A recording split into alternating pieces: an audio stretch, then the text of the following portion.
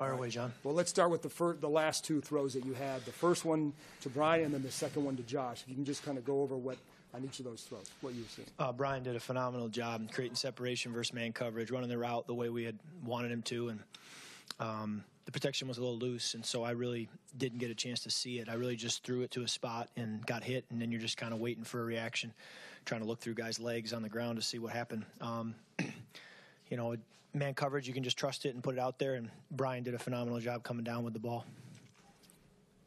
And then the second, the one to Josh. I mean, we've heard all week about you go downfield. So I'm guessing that you kind of like the results there. Yeah, we just called an audible there at the line of scrimmage. You know, Jay had said, hey, if you get pressed man, give him a go ball. And so we gave him the hand signal, and he took off and won. And I put it out there pretty far, and he went and got it. And, showed why he has a lot of potential, why we're excited about him. And, I hope it's a sign of things to come, just the start of something, hopefully.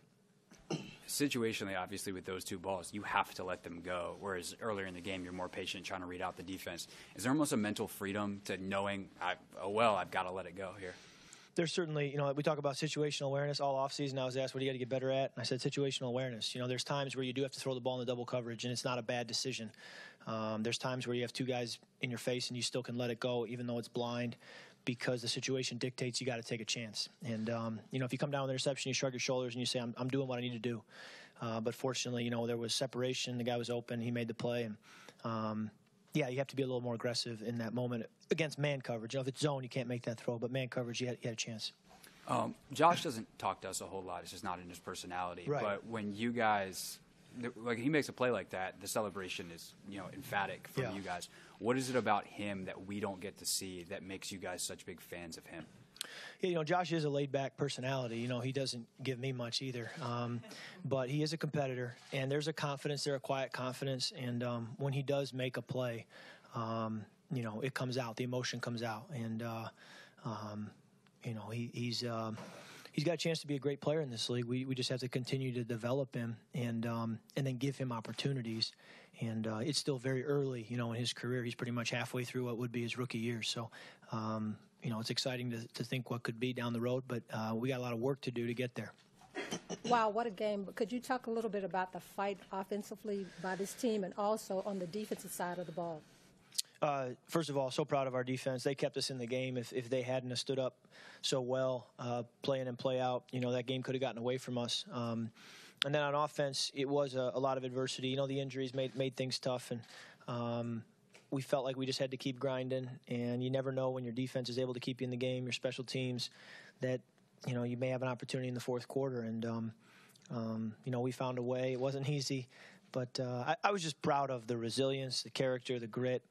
I think more than anything, it's great to get a win, but even if we had lost the game, on an unfortunate thing at the end, I would have said, the resiliency and the grit of this team is a reflection of the whole organization, and it's the kind of thing you can build on and do something with, not just in one season or one part of a season, but hopefully for years to come. And, we want to have a reputation that when we come into a place, people say, this is a well-run organization with classy players, classy people, total pros. And you need wins like this to be able to solidify that kind of reputation. Back to that last drive, and when you were starting before the first play, anything said in the huddle, or just getting straight to business? No, there was nothing said that I know of. All game long, the O-line, they stayed upbeat. They had the eye of the tiger all game long, and just kept playing, and were resilient, and just proud of the way our guys kept competing. There was never any look of defeat or frustration or complaining or questioning calls. They just kept playing and kept coming back for more, and today it proved effective. When you make the throw to Brian in that situation, and that's a clutch situation, it's a guy that you haven't worked a ton with, does that make it tougher? Do you just kind of let it go and just, do you know what he's going to do? Yeah, Brian and I came into the league together. We were both at the Senior Bowl together, and you can see that he has a maturity as a receiver when it comes to playing the position in this league, because this is year 6 for him. And so whether it was in our offense or someone else's, there are 5 years there of being a pro receiver. And I think it's shown in practice and in games. He has some ability. And again, it's another guy that, we got to put him in situations to be successful and give him opportunities because he can play. Your voice seems a little hoarse. Was the noise a pretty big factor out there? Yeah, I'm screaming my head off in the huddle. I got a cold and got a headache most of the game, and fell on my just a lot going on, a lot of bullets flying, and this game will test you. Hey, Kirk, sorry if this question's been answered, but what's the challenge like when you're facing so much heat early with the team to be able to continue to be patient, to not let the ball go too soon, to just stay in there and make the big plays? That's the question. That's a great question, because that is the challenge of quarterbacking.